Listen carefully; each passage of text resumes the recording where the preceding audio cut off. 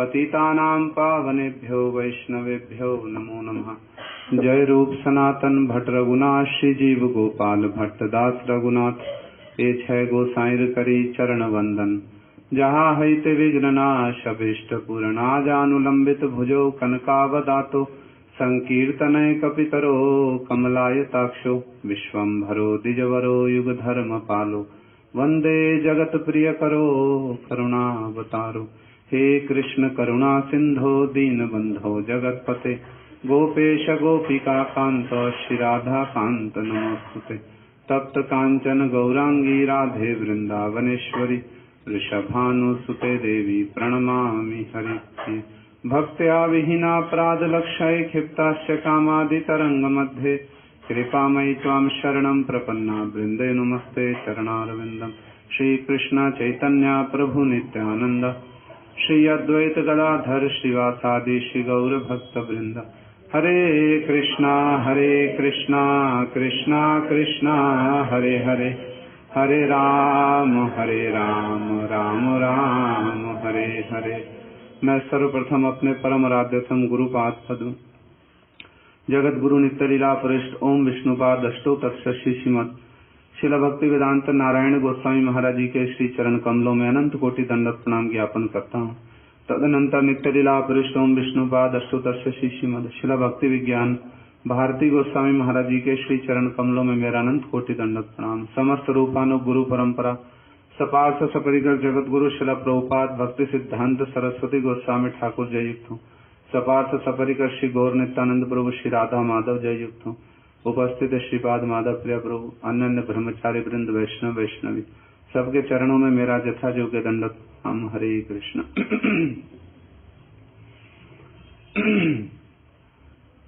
आज एक बहुत शुभ दिवस है, मोक्षदा एकादशी पक्षवर्धनी। कौन सी महाद्वादशी है? त्रिस्पर्शा महाद्वादशी। और श्रीला प्रभुपाद जी के प्रियजन श्रीला भक्ति कुसुम श्रवण गोस्वामी महाराज जी की भी आज शुभ तिरुभाव तिथि है। हम लोगों ने प्रातः काल से विस्तार से इन सब विषयों पर चर्चा की है। संक्षिप्त सा दो एक विषय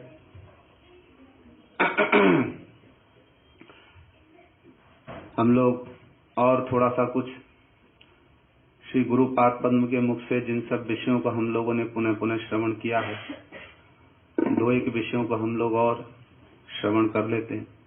विशेष करके पूज्यपाद महाराज जी के पावन जीवन चरित्र के विषय में भी हम लोगों ने प्रातःकाल कुछ कुछ कथाएं श्रवण की हैं। आज के दिन का एक विशेष महात्म्य ये है, जैसा प्रचलित चली आ रही है प्रचलित प्रथा, यद्यपि इस पर कुछ कुछ विचार अभी प्रभु जी भी बतला रहे थे, किंतु जैसी प्रचलित प्रथा चली आ रही है कि आज के दिन भगवान ने क्या किया? भगवान ने आज के दिन गीता का उपदेश दिया। वृंदावन दास ठाकुर जी ने चैतन्य भागवत में बतलाया, श्री हरिवासरे हरि कीर्तन विधान। श्री हरिवासर के दिन हरि कीर्तन का विधान है। एकादशी के दिन जीव लोग क्या करें? भगवान के नाम रूप गुण लीलाओं का कथा कीर्तन करें, श्रवण कीर्तन करें। ये विधान है, ये विधान भगवान ने बनाया। किंतु आज के दिन का विशेष महात्म्य है। आज के दिन स्वयं भगवान ने गीता का गान किया। साधारण रूप में तो हरिवासर के दिन जीव लोग भगवान के नाम रूप गुण लीला का कीर्तन करेंगे। आज के दिन स्वयं भगवान ने गान किया। क्या गान किया? अरे जोर से बोलो, क्या गान किया? भजन गाया था? तो क्या गाया? गीता का उपदेश दिया, गीत गाया। ये गीता क्या है? भगवान के मुख से निकला गीत। वेद कहां से निकले? वेद कहां से निकले? वेद कहां से निकले भैया?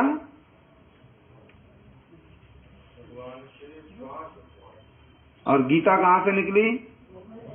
किसका महात्म्य अधिक है?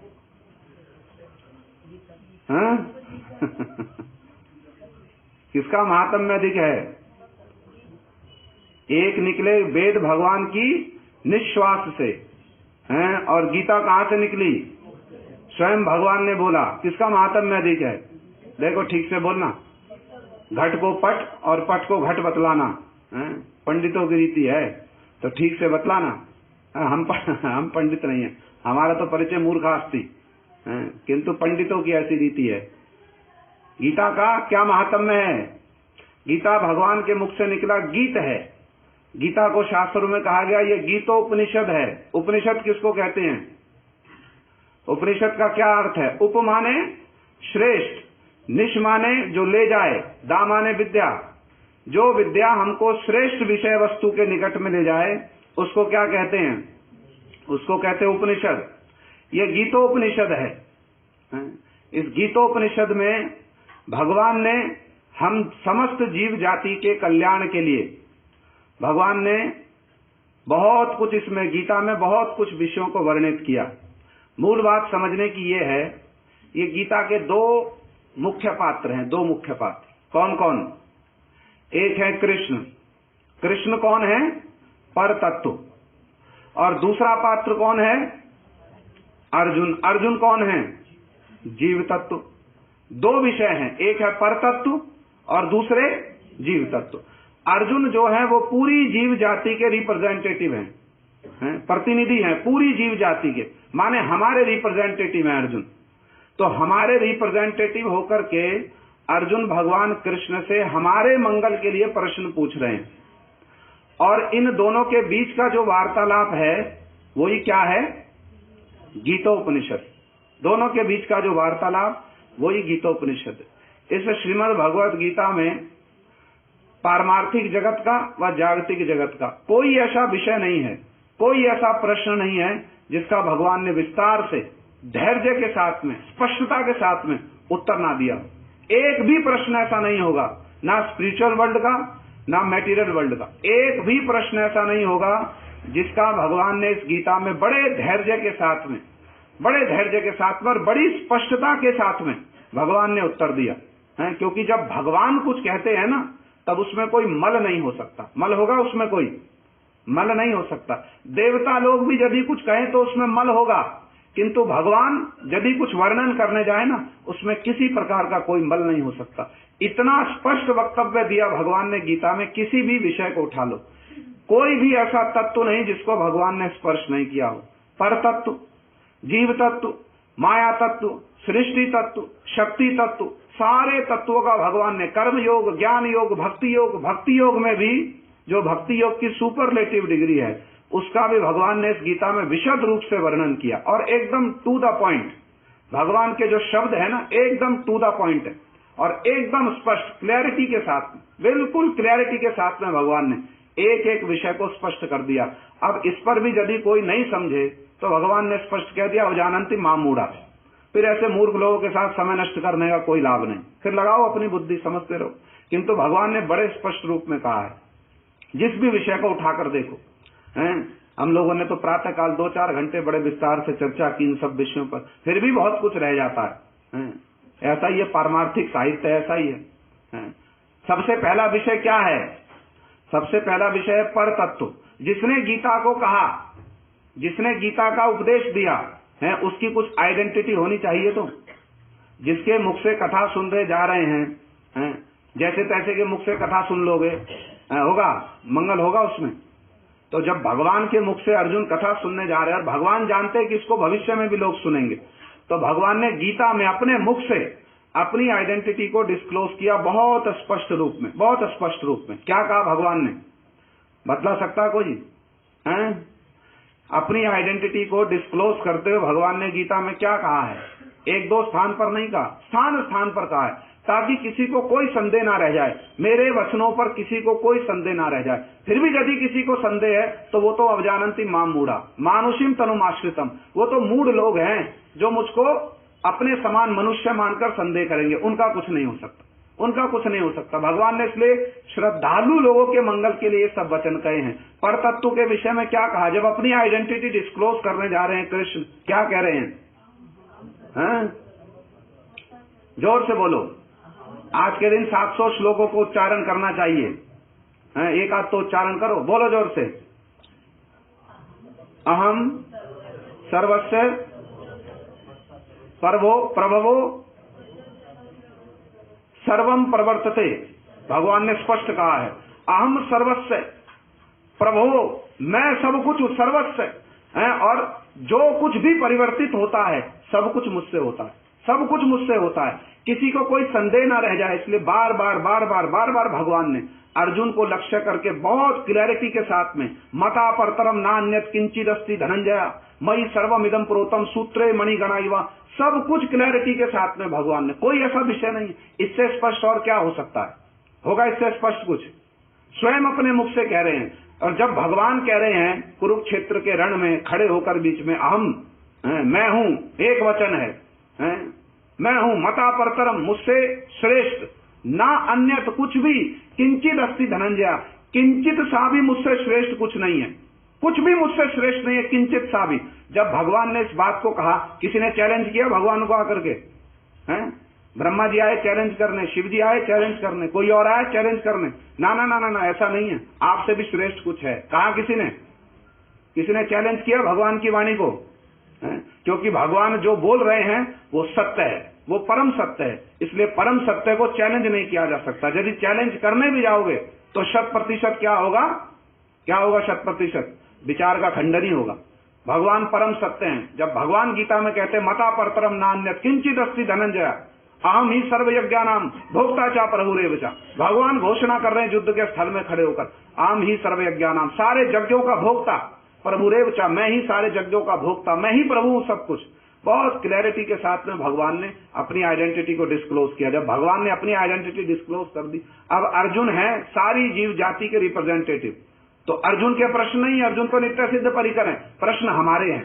फिर हमने भगवान से पूछा, भगवान अपना तो बता दिया आपने, हम कौन है ये भी बता दो, हम कौन हैं ये भी बता दो। भगवान ने क्या कहा? क्या कहा? अब बोलो जोर से, जीव जाति के विषय में क्या कहा? जोर से बोलो। हाँ, जब अर्जुन ने पूछा जीवों के लिए हमारे विषय में भी बतलाओ, तो भगवान ने क्या कहा? ममैवांशो जीव लोके जीव भूत सनातन, तुम मेरे अंश हो, सनातन हो। भगवान के अंश दो प्रकार के होते हैं, कौन कौन से? स्वांश और स्वांश कौन हो गए? विष्णु तत्व। विभिन्न अंश कौन हो गया? जीव हो गया। भगवान ने स्पष्ट कर दिया तुम मेरे सनातन अंश हो। अब प्रश्न उठ गया है, हम आपके सनातन अंश हैं, हम आपके सनातन अंश हैं, तो फिर हम कष्ट क्यों पा रहे हैं जगत में? फिर तो हमको कष्ट नहीं पाना चाहिए।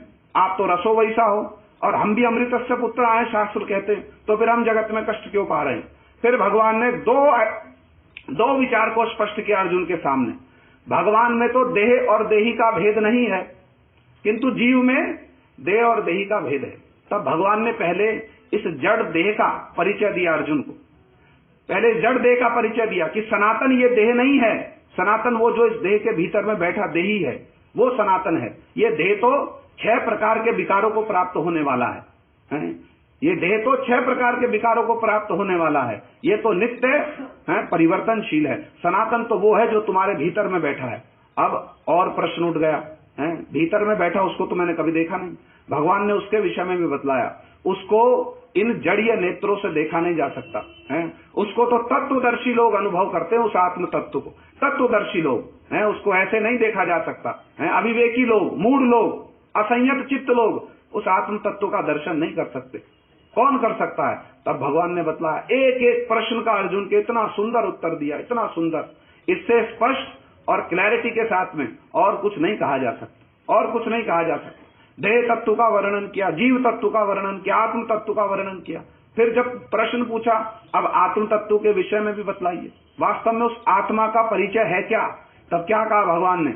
न जायते मृत्यते वा कदाचित नायम भूतवा भविता वा न भूय अजो नित्यम शाश्वतोयम पुराणो न हन्यते हन्यमाने शरीरे। अरे वो तो ना जन्म लेता है ना मरता है, वो तो अज है, अजन्मा है, न हन्यते हन्यमाने शरीरे, शरीर के मरने पर उसकी मृत्यु नहीं होती। आत्म तत्व का परिचय दिया बड़े सुंदर रूप में, एक एक प्रश्न का उत्तर देते जा रहे भगवान। कितनी सुंदर सुंदर बातें कही।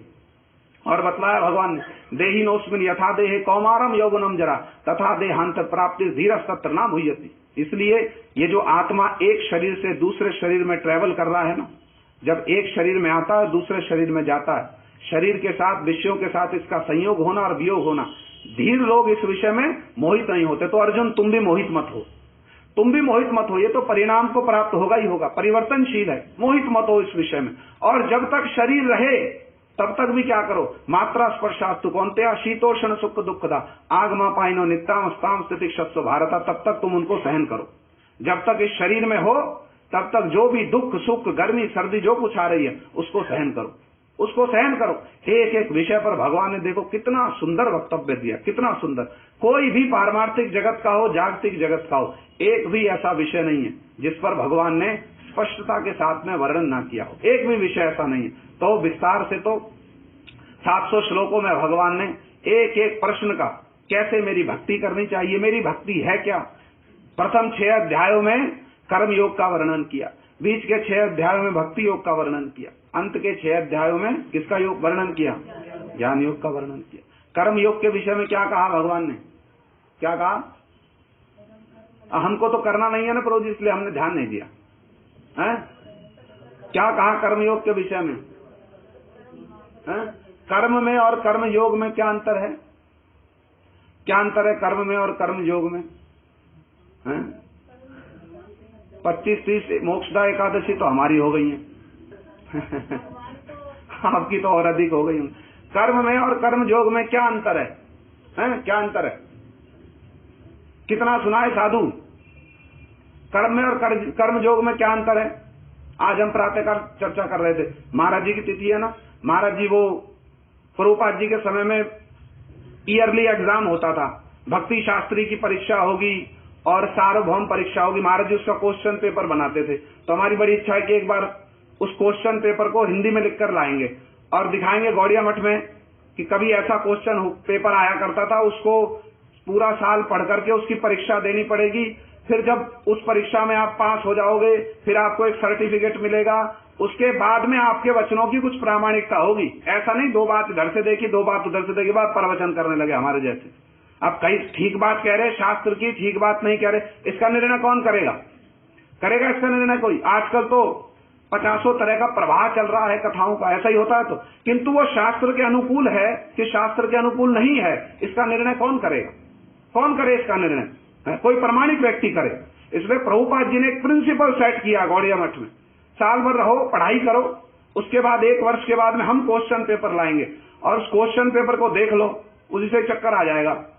ऐसे ग्रंथों के नाम लिखे, उसमें एक प्रश्न आएगा नरसिंह तापनी उपनिषद से, एक हमको तो ग्रंथ ही नहीं मिलेगा, कहां से लाए महाराज ये ग्रंथ ढूंढ कर, आपने तो इसमें से प्रश्न बना दिया, कहां से लाए ढूंढ करके इस ग्रंथ को है? तो हम तो प्रश्न का ही प्रश्न नहीं दे पाएंगे, प्रश्न का ही उत्तर नहीं दे पाएंगे। उत्तर तो वास्तव ये प्रश्न कहां से आया यही नहीं पता होगा। किंतु भैया प्रभुपाद जी ने एक प्रिंसिपल सेट किया, पहले ढंग से शास्त्रों का अनुशीलन करो, उसमें प्रवेश करो, उसके बाद में परीक्षा दो, फिर तुम्हारी परीक्षा को कोई प्रमाणिक वैष्णव है उसको चेक करेगा, हाँ ठीक बोला, तो अब तुम कथा कहो, शास्त्र की कथा कहो, शास्त्र की कथा कहो। हाँ, जो आचरणशील हैं उनके लिए ये साधारण नियम नहीं, जो आचरणशील हैं उनके लिए कोई नियम नहीं।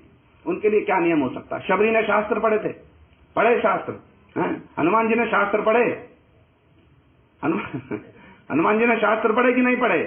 नहीं पढ़े। हनुमान जी ने शास्त्र नहीं पढ़े? ऐसे ही उत्तर मत दो, ठीक से बतलाओ, शास्त्र पढ़े कि नहीं पढ़े? खाली हनुमान जी के लिए ये कहा गया है रामदूत अतुलित बल धामा, केवल बल के ही धाम है, बुद्धि के धाम नहीं है। वाल्मीकि जी लिख रहे हैं हनुमान जी के लिए बुद्धि मताम वरिष्ठा, भगवान के जितने परिकर है ना उनमें सबसे बुद्धिमान है हनुमान जी, शास्त्र नहीं पढ़े उन्होंने। तो भैया प्रभुपाद जी ने एक प्रिंसिपल सेट किया। आजकल तो ऐसा ही समय चल पड़ा है, तो भैया कथा भी सुन रहे हो, शास्त्र के अनुकूल है, शास्त्र के अनुकूल नहीं, इसका निर्णय कौन करे? कौन करे? तो थोड़ी परीक्षा तो होनी चाहिए, वर्ष में एक बार कुछ तो परीक्षा हो। वह परीक्षा हो तो हमारे पास तो सबसे बढ़िया उत्तर है, मौन धारण कर लो, पूछे जाओ आप जो पूछना है, हम तो मौन धारण करके बैठे, पूछ रहे हो और फिर हम परीक्षा में पास, मौन धारण, क्योंकि मौनम सम्मति लक्षणम, परीक्षा में हम पास। कैसे काम चलेगा? परीक्षा तो होनी चाहिए। मतलब कर्म में और कर्म योग में क्या अंतर है? भगवान ने कैसे डिफाइन किया इसको? है भैया, कैसे डिफाइन किया? कर्म में और कर्म योग में क्या अंतर है? ज्ञान में और ज्ञान योग में क्या अंतर है?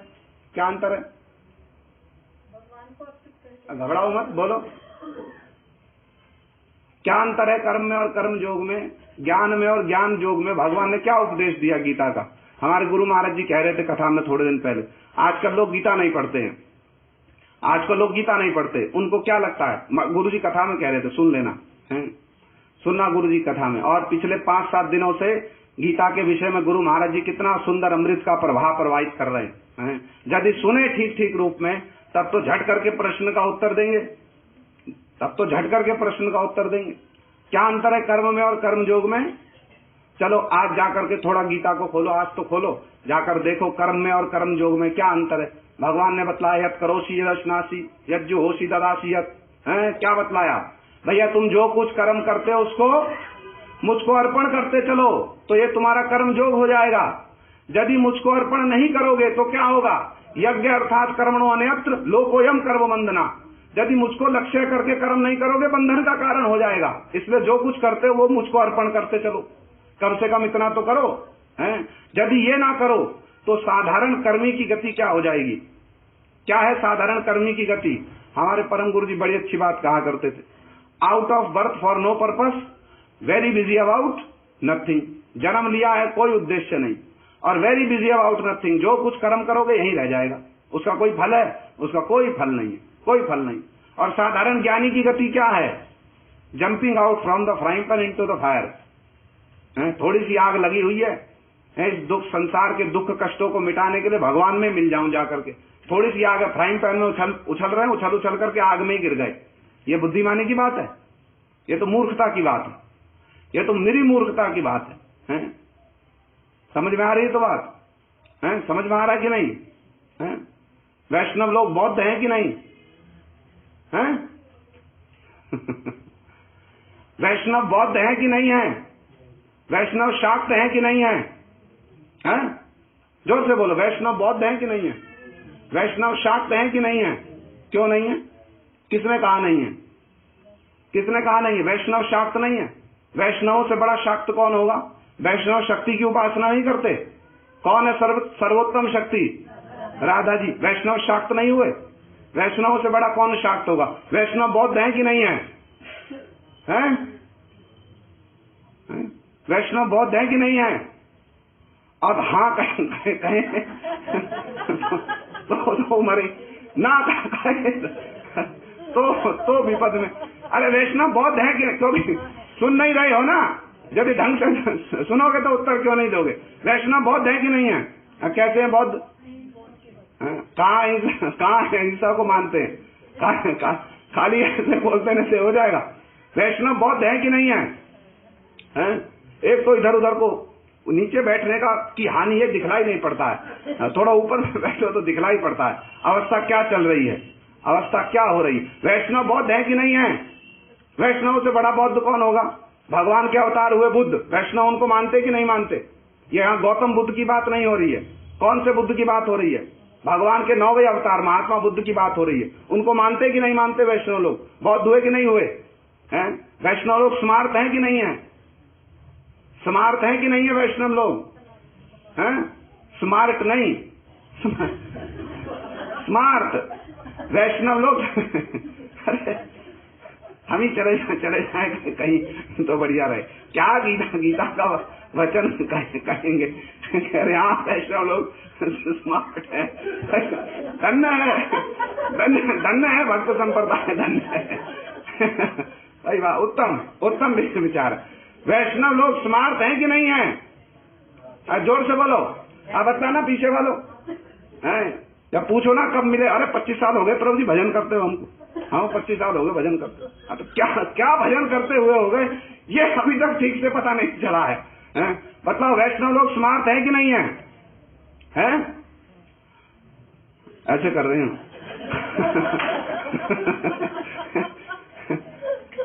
ऐसे कर रहे हैं क्या पता ये स्वयं ही कह दे, क्या पता ये स्वयं।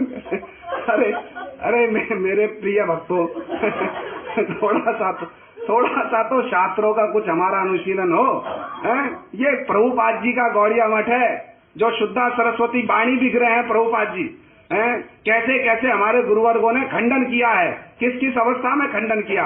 आज कोई आकर 2-4 श्लोक सुना दे तो बस हमारी क्या अवस्था होगी, वह प्रभु जी हमको तो रसोई बनाने जाना। आप बोलते रहो जिसको जो बोल, ऐसे काम चलेगा? ये संप्रदाय क्या है, इसकी विचारधारा क्या है, इसका आदर्श क्या है? अरे कुछ विचारधारा का कुछ तो पता होना चाहिए कि नहीं?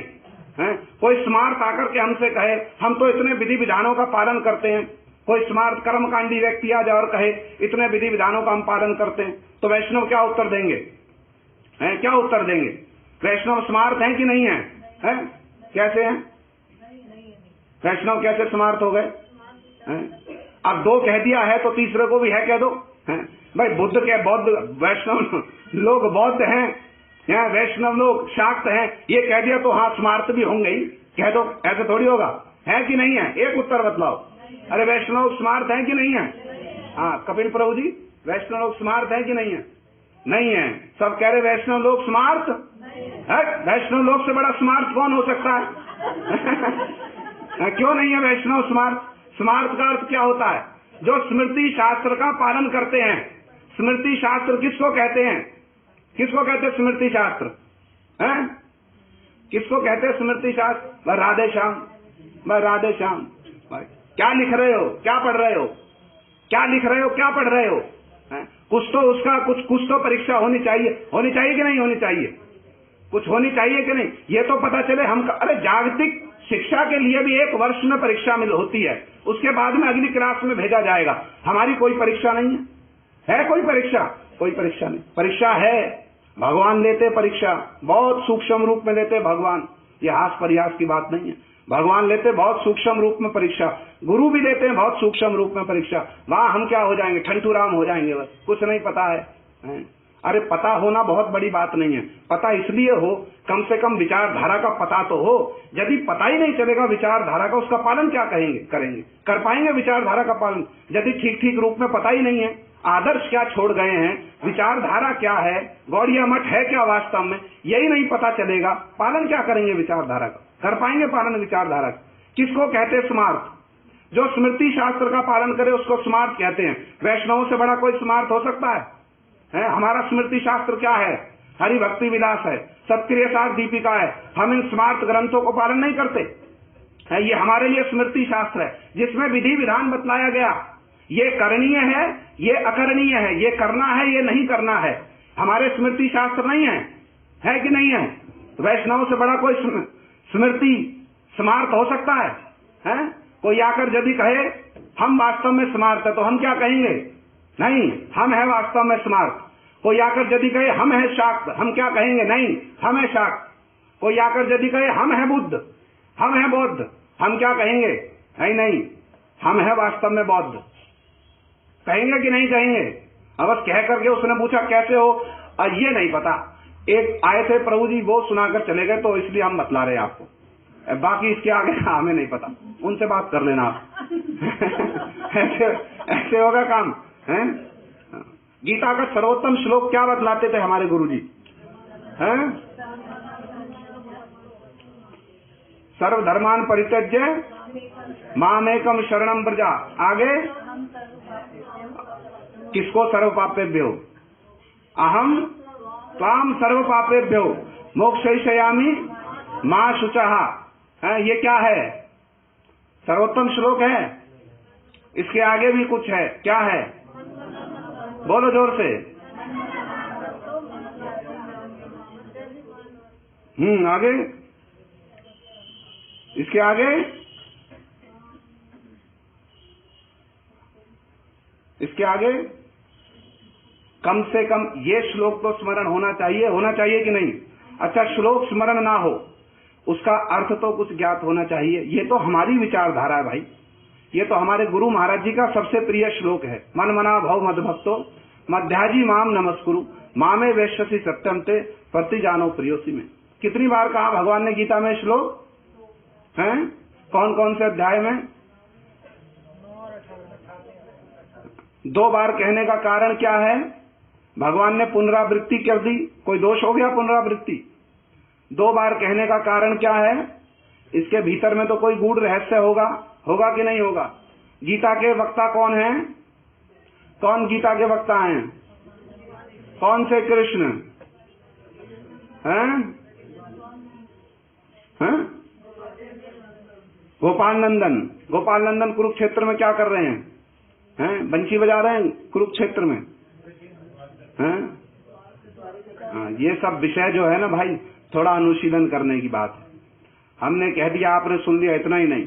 यदि कोई हमारी परीक्षा लेने वाला ही नहीं हो, यदि कोई पूछने वाला ही नहीं हो, तो ठीक ठीक रूप में हो रहा है कि ठीक ठीक रूप में नहीं हो रहा है, इसका निर्णय कैसे होगा? होगा कि नहीं होगा? यदि कोई पूछने वाला ना मिले, यदि कोई जिज्ञासा करने वाला ना मिले, कैसे होगा? थोड़ा तो विचारधारा में प्रवेश करना पड़ेगा। नहीं करने के कारण क्या होती है? मति कभी इधर है, मति कभी उधर है। साधन ठीक ठीक रूप में किसको कहते हैं? ये हमारी विचारधारा है क्या? प्रभुपाद जी हमारे गुरुवर क्या संपद छोड़ गए? थोड़ा तो इसका अनुसंधान होना चाहिए, ज्ञात तो होना चाहिए क्या है ये विचारधारा, क्या कह गए हैं गुरुवर, थोड़ा तो पता होना चाहिए। समय ऐसे ही बीत जाता है, बस थोड़ा तो प्रवेश हो विचारों में। ये विचार बहुत काम आते हैं, ये विचारधारा बहुत बहुत हमारी उपकारी होती है। जब हमारे साधन भजन में बाधा विपत्ति आएगी ना, जब हम भांति भांति प्रकार से हम निराश होंगे, अपने कारण, दूसरों के कारण, अर्जुन भी तो निराश है ना, तब भगवान ने एक विचारधारा प्रस्तुत की है अर्जुन के सामने, जिसको सुनकर अर्जुन को बिल्कुल स्पष्टता आ गई, मैं कौन हूं, भगवान कौन है, मुझको क्या करना है। ये विचारधारा उस समय में बहुत उपकारी सिद्ध होती है। यदि गुरुवर्गों के कुछ विचारों में हमारा प्रवेश है ना, बहुत उपकारी सिद्ध होते हैं, बहुत उपकारी। इतना सुंदर मार्गदर्शन करते हैं, हमको इधर उधर हिलने नहीं देते हैं, बहुत कार्य आते हैं, बहुत कार्य। इसलिए भाई विचारधारा में थोड़ा प्रवेश करने की हमको चेष्टा करनी चाहिए, थोड़ी चेष्टा करनी चाहिए। हैं, गीता को खोलकर देखो, चक्रवर्ती पाद जी ने टीका में क्या कहा है, बलदेव विद्याभूषण प्रभु जी टीका में क्या कह रहे हैं, भक्ति विनोद ठाकुर जी ने टीका में क्या कहा है। ये गीता है केवल कोई साधारण जातीय ग्रंथ नहीं है, इसमें भगवान ने श्रृंगार रस परख ब्रज भक्ति की, और ब्रज भक्ति में भी सर्वोत्तम श्रृंगार रस की भक्ति की बात कही भगवान ने। इसमें कौन से श्लोक में कही है? प्रातः काल से हम लोग चर्चा कर रहे हैं, कौन से श्लोक में कही है ब्रज भक्ति की बात? विशेष रूप से भगवान ने कौन से श्लोक में कही है? कौन से श्लोक में कही?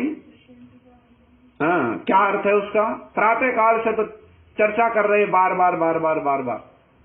भगवान ने इस गीता में केवल साधारण भक्ति की बात नहीं की है भाई, भगवान ने गीता में साधारण भक्ति की बात तो छोड़ो, ब्रज भक्ति की बात, ब्रज भक्ति में भी श्रृंगार रसोचित ब्रज भक्ति की बात, श्रृंगार रसोचित आत्मनिवेदन की बात भगवान ने की है।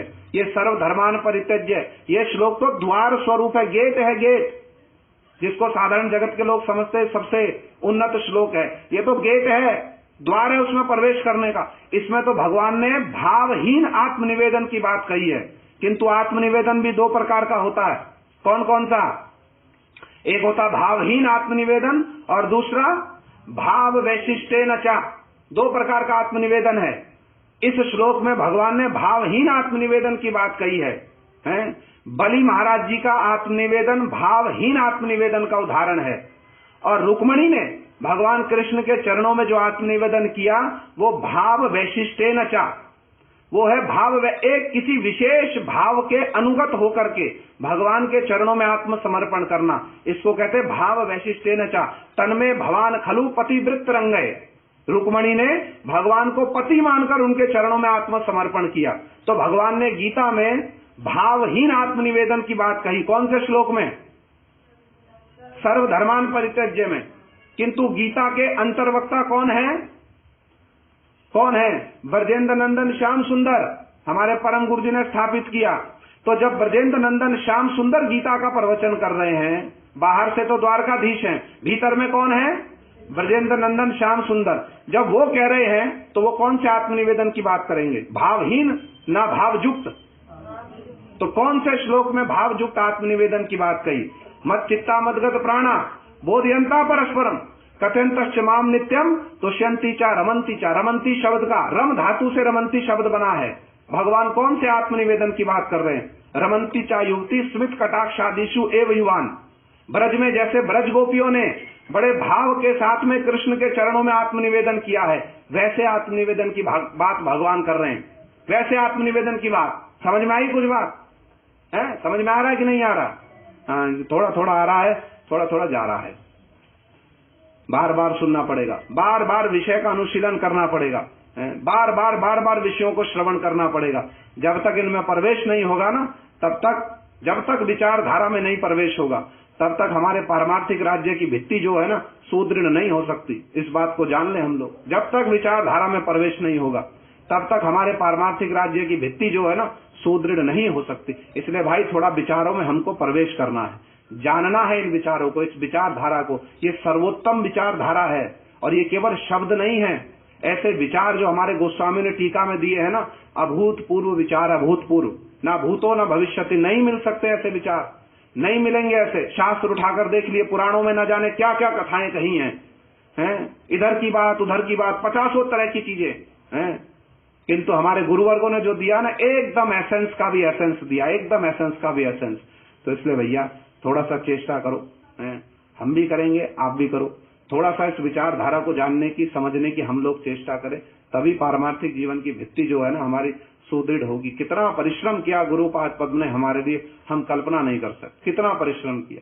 अभी 2-3 दिन पहले की कथा आई है, गुरु महाराज जी की कथा सुन करके देखिए, क्या अमृत की वर्षा कर रहे हैं, क्या अमृत की वर्षा कर रहे हैं, क्या अद्भुत उनके वचन है, क्या अद्भुत उनकी शब्दावली, क्या अद्भुत उनके भाव है। और मुंबई से हार्ट का ऑपरेशन करा के आए गुरु जी, अभी पीछे 2-3 दिन पहले की कथा में आ रहा है। मुंबई में गुरु महाराज जी का हार्ट का ऑपरेशन हुआ और ऑपरेशन के थोड़े दिनों के बाद में मथुरा में आए और कथा कर रहे हैं। और देखो उस कथा में सेवक लोग उनको बार बार निषेध कर रहे हैं और गुरु जी क्या कर, बस थोड़ा सा ये कथा और कह दे, ये कथा और कह दे। कितना उनका अनुराग था, कितना अनुराग था, कितनी फोर्स थी उनकी कि हम सब इन सब विषयों में प्रवेश करें, हम इन सब विषयों में प्रवेश करें। तो थोड़ी चेष्टा करनी पड़ेगी, तब गीता का, भागवत का जो सब कुछ, जो इसकी विचारधारा है ना, वो तब समझ में आएगा। थोड़ा तो विचारों में प्रवेश करना पड़ेगा। भागवत क्या है, भागवत क्या है, भागवत के विषय में क्या कहा गया है? भागवत के विषय में कहा गया सर्व वेदांत सारम ही श्रीमद् भागवतम इष्यते। ये सारे वेद वेदांत उपनिषद का सार है भागवत। सार है तो भागवत जी सारे वेद वेदांत का सार है। तो भागवत पूरी की पूरी एक्सेप्टेबल है? नहीं, ये तो सुना ही नहीं कभी। ये कैसे हो सकता है? बड़ी रिवोल्टिंग बात है। भागवत पूरी की पूरी, सर्वांश भागवत जो है ग्रहणीय है, सर्वांश भागवत ग्रहणीय है, ऐसे कर रहे हैं भागवत सर्वांश ग्रहणीय है, समय लगेगा अभी माता जी, समय लगेगा, समय लगेगा अभी विचारों में प्रवेश करने में। थोड़ा करो भैया, थोड़ा जोर लगाओ, थोड़ा सा हम जोर लगाएं, तब तो भगवान को दया आएगी ना। हाँ, उठना चाहता है ऊपर को, तब तो भगवान हाथ पकड़ेंगे। हम रजाई ओढ़ करके सो रहे हैं, भगवान आकर देख रहे हैं, अरे मोक्षदा एकादशी आज, अच्छा आज मोक्षदा एकादशी, हमको पता पर हो, अभी करेंगे भजन करेंगे, अभी ऐसी कोई बात नहीं, करेंगे तो भजन है। कैसे उठाएंगे भगवान? थोड़ा भैया उठना पड़ेगा, थोड़ा चेष्टा करनी पड़ेगी। ऐसे ही जा रहा जीवन भैया, जहां तक से ध्रुवो, भगवान ने कहा जिसने जन्म लिया ध्रुव सत्य है, उसकी मृत्यु होगी। एक एक क्षण शरीर परिवर्तन की ओर बढ़ रहा है। भैया थोड़ा सा प्रवेश करना पड़ेगा विचारों में, थोड़ा सा प्रवेश करना पड़ेगा। चलो, जो प्रसंग आरंभ किया उसको भी कभी चर्चा करेंगे। ढूंढो जाकर के, इधर उधर खोलो थोड़े शास्त्रों को, थोड़ा तो परिश्रम करो, कुछ थोड़ा तो परिश्रम करो, विचारों में प्रवेश करने की चेष्टा करो। गौर प्रेमानंदे हरि हरि बोल जी। भागवत वाली बात ढूंढो जाकर के, चले जाओ। कौन सी वाली भागवत? आप लंबा बहुत सारी आप बता।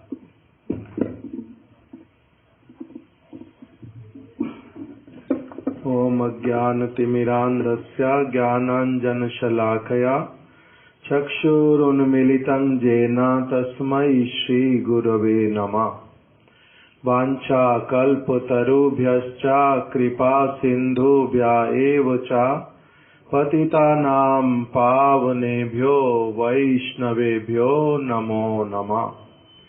श्री कृष्ण चैतन्य प्रभु नित्यानंद श्री अद्वैत गदाधर श्रीवासादि गौर भक्त वृंद। हरे कृष्णा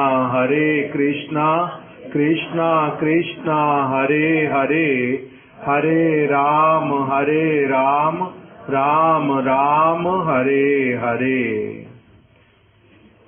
श्रील गुरुदेव की जय। श्रीमद् भगवद गीता की जय।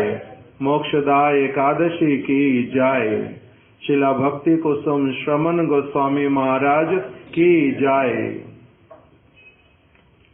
अभी हम लोग हमारे संजय प्रभु जी से गीता के विषय में विभिन्न बातें हमने श्रवण की। गीता हमारे महाराज जी वर्णन करते थे, गीता वैदिक शास्त्रों में शिशु शास्त्र। शिशु शास्त्र का अर्थ होता है बचपन में जिसको पढ़ा जाता है। बचपन में पढ़ा जाता है, इसका अर्थ है कि जिसमें जो वास्तविक सिद्धांत है, नींव जो है, वो उस समय डल जाती है। बचपन में नींव डाली जाती है। हिंदी भाषा अगर बच्चा सीखता है घर में, तब उसको अपनी आप से उसकी भाषा पूरी तरह से परफेक्ट हो जाती है। हिंदी भाषा, जिस घर में अंग्रेजी घर में बच्चा पैदा हुआ तो अंग्रेजी पूरी अच्छी तरह से सीख जाएगा। हिंदी बोलने वाले के घर में अगर जन्म हुआ तो हिंदी बोलनी अच्छे से सीख जाएगा। ऐसा ही तो है। उड़ीसा के लोग जो हैं वो बहुत बड़े हो जाने पर भी 40 साल के 50 साल के फिर जब हिंदी बोलते हैं, हिंदी बोलने में एक हमारे साथ में सन्यासी भुवनेश्वर से पूरी हमें लेकर के जाएंगे महाराज जी को। बीच में उन्होंने उतरना तो वो महाराज जी को बोलते, अच्छा महाराज जी मैं चल रही हूँ। क्यों? क्योंकि उनकी भाषा में ये वाला बात है ही नहीं, पुरुष के लिए या स्त्री के लिए। तो वो सब समय कंफ्यूज होते हैं। किंतु हमारे यहाँ का बच्चा स्कूल में भी नहीं गया, किंतु हिंदी उसको ये वाला भूल होएगा, उसकी भूल नहीं होएगी। तो इसलिए जो शिशु शास्त्र भगवद गीता अगर उसको एक व्यक्ति पढ़ लेता है तो उसका बहुत प्रकार का भूल जो है आगे नहीं होता। ये एक ऐसे वाला शास्त्र है। शिशु शास्त्र कहने का अर्थ फाउंडेशन, बचपन में पढ़ लेना जिससे आगे कभी कोई भूल नहीं होएगी, नींव बहुत अच्छी बनेगी, उस प्रकार का।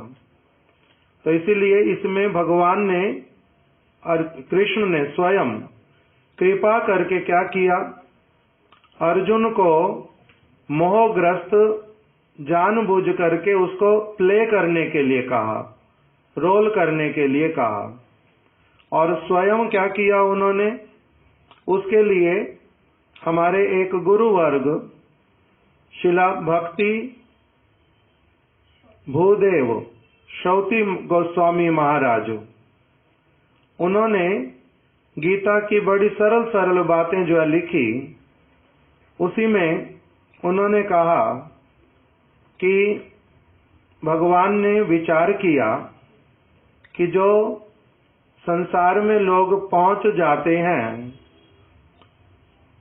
वो माया के द्वारा पकड़ लिए गए, ये बद्ध हो गए, अभी बंधे हुए हैं, इनकी स्मृति शक्ति जो है वो चली गई है, ये अब अपने आप को भूल समझते हैं, किसी और चीजों में पड़े हुए हैं। तो ऐसे वाले जो बद्ध जीव हैं, भगवान ने सोचा कि ये तो मेरे को कभी देख नहीं पाएंगे, ये मेरी वाणी कभी सुन नहीं पाएंगे क्योंकि ये बद्ध है, इसीलिए मैं क्या करूंगा, ऐसे लोग जिनके लिए मेरी वाणी सुनना तक भी असंभव है, इनको सौभाग्य नहीं मिलता ऐसे वाला, मैं क्या करूंगा, मैं अपने आप से अवतरित होकर के मैं अपनी ही वाणी को ऐसे करके जगत में बोल जाऊंगा जिससे कि बहुत सारे लोग उस वाणी को सुन करके सब समय के लिए अपने मंगल को प्राप्त करते रहें। इसीलिए उन्होंने देखो किस प्रकार से लिख करके रखा, भगवान बद्ध जीवों द्वारा दीख नहीं पड़ते, अथवा उनके लिए भगवान के साक्षात मुख से निकली हुई वाणियों को सुनने का सौभाग्य भी असंभव होता है, किंतु स्वयं भगवान अवतारी कृष्ण जब अवतीर्ण होते हैं तब उनकी ऐसी गूढ़ इच्छा होती है कि उनकी वाणी को वो बोले और वो वाणी जो है किसी न किसी के माध्यम से रिकॉर्ड कर ली जाए, लिख ली जाए और फिर उस वाणी को जगत के जीव श्रवण करें, उसके द्वारा उनका क्या होगा, अविद्या दूर हो जाएगी और वो अज्ञान से निकल करके सांसारिक वस्तुओं से ऊपर उठ करके क्या बन जाएंगे, मेरे को प्राप्त करने योग्य बन जाएंगे। इस उद्देश्य से भगवान ने भगवद गीता को बोलने की इच्छा की। जब भगवान आते हैं इस जगत में अपने साथ अपने परिकरों को लेकर के आते हैं, जैसे ब्रज के परिकरों को लेकर के आए, द्वारिका के परिकरों को लेके आए, उसी प्रकार से अपने जो नित्य मित्र हैं, उनके नित्य सखा अर्जुन, उनको भी अपने साथ ही लेकर के आए थे। अर्जुन इस जगत के कोई प्राणी नहीं है, जैसे ब्रज के जो परिकर राधा रानी हुई, ललिता सखी, विशाखा सखी या फिर माता यशोदा, नंद बाबा, ये लोग इस जगत के प्राणी तो नहीं है, ये भगवान के साथ में ही आए हैं। गिरिराज गोवर्धन, यमुना महारानी, ब्रज मंडल, ये सारा भगवान कहाँ से लेके आते हैं, अपने साथ ही गोलोक वृंदावन से लेके आते हैं। उसी प्रकार से भगवान अपने साथ में अपने नित्य सखा, जो एक हैं ब्रज के नित्य सखा और ये अर्जुन इत्यादि उनके दूसरी प्रकार के सखा, जो ऐश्वर्यमय धाम में उनके साथ में रहते हैं, तो अर्जुन उनके नित्य सखा, उनको अपने साथ में लेकर के आए थे और उनको फिर क्या किया, उनको ऐसे मोहग्रस्त करवाने का अभिनय करवाया। जैसे अभी कथा में सुना था, अर्जुन जो है वो वास्तविक रूप में हम लोगों का रोल प्ले कर रहे हैं कि उनको मोह हो गया, नहीं तो वो तो भगवान के परिकर है, भगवान के साथ में ही आए। भागवत में बताया, यस्याम वै श्रूयमाणायाम कृष्णे परम पुरुषे भक्तिरुत्पद्यते पुंसा शोक मोह भयापहा। जो व्यक्ति भगवान की कथा को श्रवण करता है, भागवत की, यस्याम वै श्रूयमाणायाम कृष्णे परम पुरुषे, उनकी भगवान कृष्ण में मति लग जाती है और उनका शोक मोह भय सब कुछ नाश हो जाता है। जो भागवत की कथा सुनता है उसकी यदि ये अवस्था होती है, जो सब समय भगवान के साथ में रहते हैं। और एक जगह पर बताया श्रील श्रौती गोस्वामी महाराज जी ने, भगवान का नाम लेने मात्र से, नाम का आश्रय लेने से व्यक्ति जो है वो भव सागर को पार कर जाता है। अर्जुन तो नाम रूप गुण लीला सारी चीजों में सब समय आविष्ट रहते थे, उनका चित्त भगवान में सब समय अभिनिविष्ट रहता था। तो इसलिए ये जो अर्जुन है ये साधारण व्यक्ति नहीं है, ये भगवान के नित्य परिकर है, भगवान अपने साथ में ही लाए थे यहाँ पर उनको लीला करने के लिए उपयोग किया। हमारे जैसे जीवों को गीता का अर्थात अपनी वाणी का संपर्क देने के लिए उन्होंने बड़ी कृपा की। स्वयं भी वहां पर अर्जुन के साथ में सारथी बन गए और दूसरी तरफ से क्या किया, अर्जुन को भी मोहग्रस्त दिखलाया। अर्जुन नहीं तो मोहग्रस्त हो नहीं सकते, इसलिए भगवान ने अपने आप से क्या बोल दिया, त्वाम अवलंबयैवा शास्त्रम इदम लोकमात्रमेवो उपदेष्टामि। हे अर्जुन, मैं तुम्हारे को निमित्त बनाकर, भगवद गीता में ये बात बोली, 18वां अध्याय 66वां श्लोक। उसकी टीका में विश्वनाथ चक्रवर्ती ठाकुर कह रहे हैं कि भगवान ने क्या कहा है, त्वाम अवलंबयैवा शास्त्रम इदम, तुम्हारे को अवलंबन करके अर्थात तुम्हारे को केवल निमित्त बना करके, तुम्हारे को तो एक मैंने क्या कर दिया, रोल दे दिया। उस रोल को तुम प्ले करो, मोहग्रस्त होने वाला, और फिर तुम्हारे मोह में आकर के तुम क्या करो, ऐसी ऐसी बातें बोलो जिनका केवल इस संसार की बातों से लेना देना है। और फिर मैं क्या करूंगा, मैं तुम्हारी बातों को ठीक करूंगा। तुमने जो कहा उसमें कहाँ भूल है, उसको मैं ठीक करता हुआ चलूंगा। तो इसीलिए भगवान कह रहे हैं, लोक मात्रम में वो उपदेष्टामि, तुम्हारे को उपलक्ष्य करके मैं अपना जो वाणी है वो जगत के लोगों के लिए प्रदान करूंगा। दूसरे एक श्लोक में भागवत के विश्वनाथ चक्रवर्ती ठाकुर ने कहा कि गीता शास्त्र में जो अर्जुन का मोह दिखलाई पड़ता है, उस जो मोह का उल्लेख है वो तो केवल मात्र एक उक्ति है, उक्ति मात्र कहने की बात है। वस्तुतः अर्जुन भगवान के नित्य पार्षद हैं, इसलिए उन्हें शोक और मोह की तो बात क्या, उनमें माइक संसार की गंध भी संभव नहीं है। वो तो जीवों के कल्याण करने में परम चतुर हैं। इसीलिए उन्होंने क्या किया है, महाकृपालु जो महत पुरुष होते हैं, महाकृपालु महत पुरुष, उनकी रीति यही देखी जाती है कि अपने ऊपर बात को लेकर के जगत के लोगों को शिक्षा देते हैं। तो इसलिए अर्जुन जो हैं उन्होंने जगत वासियों के लिए हित उपदेश भगवान के मुख से कहलवाया है। शास्त्रों में यही नीति ही सब जगह बोली गई है। तो इस प्रकार से बोल दिया, तेषामहं समुद्धर्ता मृत्यु संसार सागरात।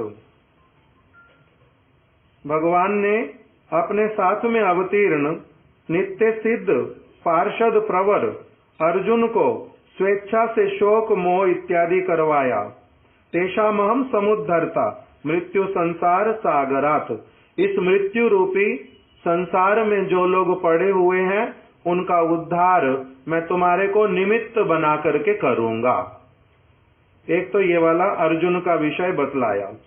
क्यों? क्योंकि अर्जुन अपने आप में कैसे हैं, श्रील श्रौती गोस्वामी महाराज जी बोलते हैं, वो भगवान के साथ में खड़े हैं, केवल मात्र बाहरी रूप से खड़े हों ऐसा नहीं है। उनका चित्त संपूर्ण रूप में सब समय उनके चरण कमलों में है। इसलिए जहाँ पर भगवान होते हैं वहाँ पर माया इत्यादि आ नहीं सकती, ये मोह इत्यादि उत्पन्न नहीं हो सकता उस व्यक्ति के चित्त में जिसका भगवान के चरणों में मन लगा हुआ हो। क्यों? माया चा तद अपाश्रितम, माया तो सब समय भगवान के बहुत दूर पीछे खड़ी रहती है, वो तो सामने आ ही नहीं सकती। तो इसलिए अर्जुन के सामने कैसे आएंगी? अर्जुन तो भगवान के चरण कमलों में निवास करते हैं, इसलिए माया का वहां पर प्रवेश नहीं है। दूसरा बताया, अर्जुन का नाम है गुडाकेश। भगवान ने उसको क्या कहा था? अर्जुन ने भगवद गीता के पहले अध्याय में वर्णन आया, उससे पहले का इतिहास तो हम सारा जानते ही हैं। भगवद गीता के पहले अध्याय में ही क्या कहा? अर्जुन ने कृष्ण को कहा कि हे कृष्ण सेनयोर उभयोर मध्य, आप मेरे रथ को क्या करो, दोनों सेनाओं के बीच में खड़ा कर दो। मैं अच्छी तरह से देखना चाहता हूं कि जो व्यक्ति गलत कार्य करने वाले दुर्योधन इत्यादि, उनका साथ देने वाले दुर्बुद्धि लोग कौन हैं। क्यों? क्योंकि भूल करने वाला व्यक्ति, गलत करने वाला व्यक्ति और फिर उसका साथ देने वाले जो व्यक्ति, जो वो दुर्बुद्धि हैं, उनकी भी जो मति मारी गई है, उन सारे लोगों को मैं पहले अच्छी तरह से देखना चाहता हूं। ये कहकर के कृष्ण को क्या कहा उन्होंने, मेरे रथ को आप बीच में खड़ा कर दो। तो श्रील श्रोति गोस्वामी महाराज जी बोल रहे हैं, क्या कृष्ण इसके द्वारा नाराज हुए, रुष्ट हुए कि मेरे को आदेश कर रहे हैं? तो कह रहे बिल्कुल भी रुष्ट नहीं हुए, प्रसन्नता पूर्वक लेकर के गए। क्यों? क्योंकि वो उनके हृदय की बात को जानते हैं। वो इस प्रकार से आदेश नहीं कर रहा, केवल रोल प्ले कर रहा है, इसलिए उनके प्रति रुष्ट नहीं होते। और लेकर के चले गए और अर्जुन को क्या कहा, वहीं पर ही कहा, हे गुडाकेश, अब आप क्या करो, भली प्रकार से देखो कि कौरवों की सेना में कौन कौन है। आप भली प्रकार से उसको निरीक्षण करो। गुडाकेश का अर्थ क्या होता है? गुडाक प्लस ईश, ये दो शब्द हैं, इसी से बना गुडाकेश। गुडाक प्लस ईश। गुडाक मतलब निद्रा। निद्रा को, मोह को, जो अविद्या को वश में कर सकते हैं पूर्ण रूप में, उसको कहते हैं गुडाकेश। तो भगवान ने वहीं पर उनका परिचय दे दिया कि तुम कौन हो। ऐसे तो गुडाकेश, माया का तुम्हारे साथ में कोई संपर्क हो नहीं सकता, इस प्रकार का। और जो गीता का उपदेश दिया, ये बड़ा बहुमूल्य उपदेश, वो बहुत बड़ी नींव प्रदान करने वाला, जिसके ऊपर रस का महल बहुत अच्छी तरह से खड़ा होता है। रस का महल मतलब भगवान की जो ब्रज वाली लीला, वो सारा कुछ अच्छी तरह से समझना, जिससे भूल नहीं होती। किसकी नहीं होएगी? जो इस शिशु शास्त्र को, जिसमें नींव प्रदान की गई है, बहुत अच्छी फाउंडेशन, जो इसको अच्छी तरह से पकड़ लेता है। जय श्री दीदी, forget about it please, forget about it. तो इसीलिए इसमें, इसके लिए सबसे पहले उन्होंने गीता महात्म्य का एक श्लोक उठाया, सर्वो उपनिषदो गावो दोग्धा गोपाल नंदना पार्थो वत्सा सुधीर भोक्ता दुग्धम गीतामृतम महत। ये जो गीता का उपदेश है, ये महत उपदेश है। महत मतलब सर्वश्रेष्ठ, सर्वोत्तम, बड़ा सुंदर उपदेश। सारे के सारे उपनिषद जो हैं, अर्थात श्रुतियां, वेद इत्यादि, सर्व उपनिषद गावो, वो गैयाओं के समान है, गैया के समान, गायें। और दोग्धा गोपाल नंदना, उस गाय का दूध निकालने वाले ग्वाले जो हैं, वो हैं स्वयं गोपाल नंदन। अर्थात गोपाल मतलब गैयाओं का पालन करने वाले नंद महाराज, उनके नंदन, गोपाल नंदना, नंद महाराज जी के नंदन, नंद नंदन, ये दूध दोहने वाले हैं। अर्थात वेदों में, उपनिषदों में जो सारा कुछ कहा गया, उसका सार निकाल करके देने वाले स्वयं भगवान। पार्थो वत्सा, उसमें जो पार्थ हैं अर्जुन, वो बने हैं बछड़े। और फिर सुधीर भोक्ता, बछड़ा पहले क्या करता है, जब ग्वाला दूध दोना चाहता है तो बछड़े को गैया के पास में पहले छोड़ देते हैं। बछड़ा कुछ दूध पहले पी लेता है और फिर उसके बाद में वो दूध छोड़ देता है। किसके लिए? जो निकालना चाहता है दूध वो निकाल लेगा। तो उसको क्या कहा? सुधीर भोक्ता, सुधीर भोक्ता। सज्जन व्यक्ति जो हैं, जो वास्तविक वस्तु का मूल्य देना जानते हैं, वो जो सज्जन व्यक्ति, वो क्या करेंगे फिर? भगवान ने अर्जुन को बनाया बछड़ा, थोड़ा सा उसको उपलक्ष्य करके, निमित्त बना करके दूध किसके लिए दे दिया? जगत के सारे सज्जन व्यक्तियों के लिए, सब समय के लिए। सुधीर भोक्ता। दुग्धम गीता अमृतम महत। जो ये गीता अमृत है, गीतामृत, गीता अमृत के समान है, गीतामृतम, ये महत, ये बड़ा सर्वश्रेष्ठ उनका दान है जगतवासियों के लिए। तो आज के दिन में ही उन्होंने इस दान का वितरण किया था।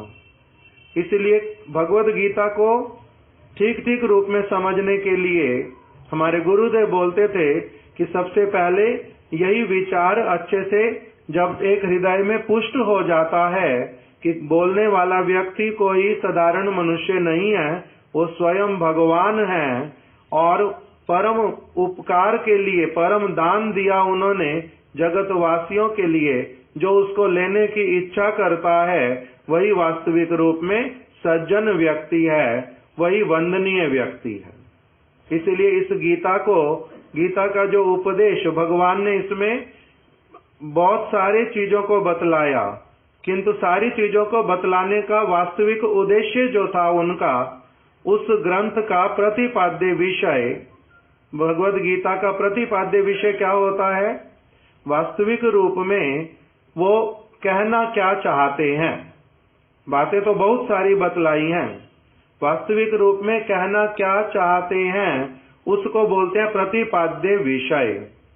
जिस बात को 100 बातों की एक बात, सारा कुछ समझा करके क्या कहना चाहते हैं उसमें बताया कि यद्यपि कर्म योग, ज्ञान योग, अष्टांग योग और चीजें उसमें बतलाई, विभूति अपनी बताई, सारा कुछ बतला करके उपदेश वास्तविक रूप में अंत में क्या देना चाहते हैं कि मेरा भक्ति योग ही जो है वो सर्वश्रेष्ठ है, उसके द्वारा ही मुझे प्राप्त कोई कर सकता है। बाकी सारी वस्तुएं जो हैं वो जितना उसमें सहायता करें उतना तक उनको स्वीकार करना चाहिए। यही उपदेश भगवान ने भगवद गीता में प्रदान किया है। श्रीमद् भगवद गीता की जय, भगवान श्री कृष्ण की जय, अर्जुन जी की जय, समस्त सज्जन वृंद की जय। गौर प्रेमानंदे हरि हरि बोल। अभी सभी लोग आगे आ जाओ, 2 मिनट के लिए महामंत्र हम लोग करेंगे। ठाकुर जी के सभी दर्शन कर लो, उसके बाद में सभी लोग प्रसाद पा लो। हरे कृष्णा।